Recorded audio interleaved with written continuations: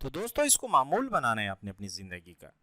ان وظائف کو آپ نے ایسے اپنی زندگی میں استعمال کرنا ہے اپنے مقاصد کے حل کرنے کے لیے کہ جیسے آپ جب بیمار ہوتے ہیں دوائیاں استعمال کرتے ہیں. تو دوستو جو میں وظیفہ بتانے والا ہوں یہ وظیفہ آپ کی ہر حاجت کی دوا بنے گا. آپ بیمار ہیں صحت ملے گی، اولاد کا مسئلہ ہے، گھریلو ناچاکیاں ہیں، کاروبار میں پریشانی ہے، کاروبار آپ کا بہت بڑھنے لگے گا، آپ کے روزگار کا مسئلہ ہے، تنگ دستی ہے، مال و دولت کی کمی پڑ رہی ہے آپ کو، یہ وظیفہ کام آئے گا. دشمن کا آپ کو خوف ہے، آپ کے تعلیمی مسائل ہیں، آپ کے جو بھی مسئلے ہو سکتے ہیں وہ سب مسائل آپ کے حل ہو جائیں گے. لیکن مسئلہ یہ ہے کہ وظائف کو آپ نے اہتمام کے ساتھ پڑھنا ہے. اہتمام کا بندوبست سے آپ اس کو کرنا ہے. اہتمام کا مقصد یہ ہے. تو آپ نے کرنا کیا ہے؟ سب سے پہلے تو دوستو آپ یہ کریں کہ جب آپ وظیفہ پڑھیں تو اس کے لیے ایک مخصوص ٹائم ہونا چاہیے.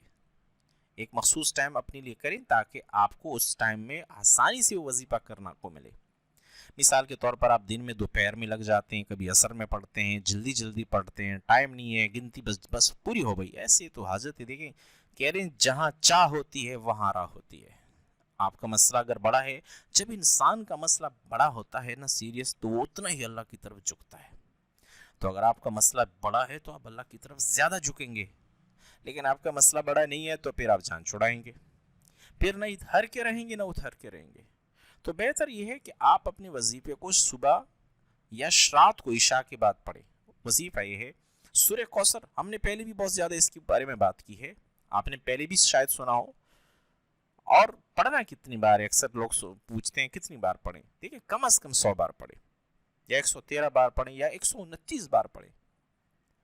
دیکھیں اگر ہمیں گنتی کی اگر حدیث سے کوئی بات ملتی ہے یا ہمارے کسی اکابرین نے کام کیا ہو، اس ترتیب سے کامیابی سے کیا ہو، اس کو اس میں فضیلت نظر آئی ہو، تو اس کو ہم نے کرنا ہوتا ہے، اس گنتی کو پورا کریں. تو عشاء کے بعد آپ نے اول آخر 3 بار درود شریف پڑھا، درود ابراہیم پڑھیں، یا آپ شارٹ درود پڑھیں، اللہم صلی علی سیدنا محمد وعلی ابینا ابراہیم.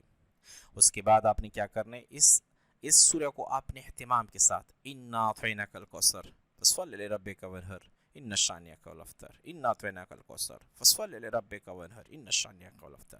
تسلی سے جلدی نہیں کرے، باقی تمام کاموں کو پیچھے کر دیں، باقی کام میں بعد میں کروں گا.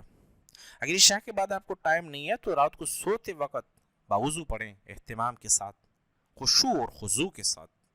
اللہ کو اپنے دھیان میں، اللہ کی ذات کو آپ یوں سمجھیں کہ آپ ان کے حضور بیٹھے ہوئے ہیں. اگر آپ کی کسی بادشاہ کے ساتھ تعلق بنتا ہے نا تو آپ کو بڑی امیدیں ہوتی ہے کہ آپ کے لیے بہت کچھ کر لے گا.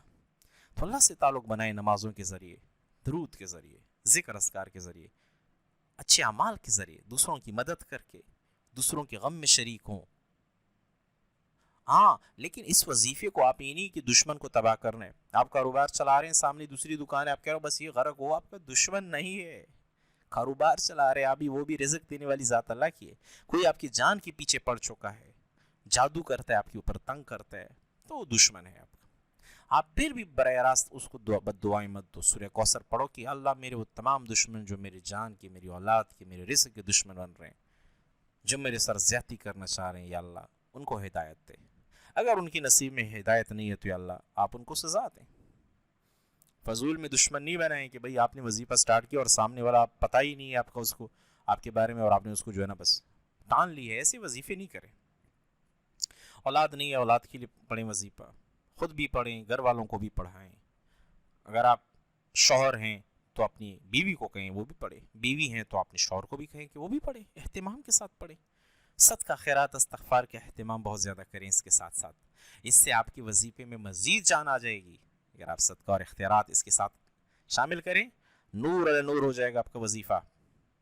اور اللہ کی طرف جھکیں، اللہ سے مانگے اے میرے مالک، اے میرے مالک، تمام کائنات کا مالک ہے تو، یا اللہ، یا اللہ میرے رزق میں کمی آئی ہے، میرا رزق، میں تنگ ہوں، تنگ دست ہوں، یا اللہ میرے اوپر رزق کھول دے. اے میرے مالک مجھے اولاد کا مسئلہ ہے، مجھے نیک صالح اولاد عطا فرما. مجھے بیماری ہے مالک، میں تھک گیا ہوں دنیا علاج کر کر کے، یا اللہ میری علاج میں برکت اور شفا ڈال دے. جو میں دوائیاں کر رہا ہوں شفا ڈال دے، یا اللہ شفا دے دے گا اللہ آپ کو دوائیوں سے. اب ایسا بھی نہیں کہ آپ بس بیٹھ جائیں اور دوائی کرنا تو سنت ہے، سنت عمل کو تو نہیں چھوڑنا ہم نے نا، تو وہ بھی کریں ساتھ میں، لیکن دعا بھی زیادہ مانگے، وظائف کا اہتمام کریں گے تو آپ کی دوائی کا اثر بڑھے گا، اللہ کی مدد آئے گی، اللہ قدرت دکھا دے گا آپ کو. موضوع تو نہیں ہوتے نا، قدرت تو ہے، قدرت تو ہو سکتی ہے. آپ کو جو بھی مسائل ہیں اپنے خالق مالک کے سامنے رکھیں اور پھر دیکھیں. تو میں اپنی بات اس پہ ختم کروں گا کہ آپ شور اور آخر میں 3 بار درود شریف پڑھیں اور پھر اہتمام کے ساتھ خشوع و وضو کے ساتھ سورہ کوثر کو 129 بار پڑھیں، اچھا رہے گا. اور پھر اللہ کی حضور مانگیں، جھکیں، عاجزی اختیار کریں، اللہ سے مانگیں، روئیں، گڑ گڑائیں. آپ اللہ سے ایسے مانگیں جیسے آپ سے کوئی فقیر بار بار مانگ رہا ہو. اللہ کی ذات دے گا. اللہ کو عاجزی انسان کی بڑی پسند ہے، کیونکہ اللہ کی ذات بہت طاقتور ذات ہے میرے دوستوں، بہت طاقتور ذات ہے. تو مجھے امید ہے کہ میرے اس وظیفے سے آپ کے مسائل کو اللہ پاک ضرور حل کرے گا. آپ اس پہ عمل کریں گے اور یہ عمل آپ کے لیے خیر بنے گا.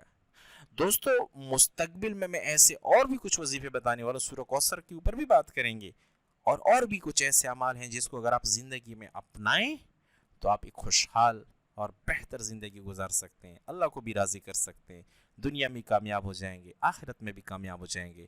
اللہ آپ سب کو خوش رکھے، اللہ آپ کی مرادیں جائز پوری کر دے. اللہ رب العزت آپ کو بہتر سے بہتر وظائف پڑھنے کی توفیق عطا فرمائے. وآخر دعوانا الحمدللہ رب العالمین. السلام علیکم ورحمۃ اللہ وبرکاتہ.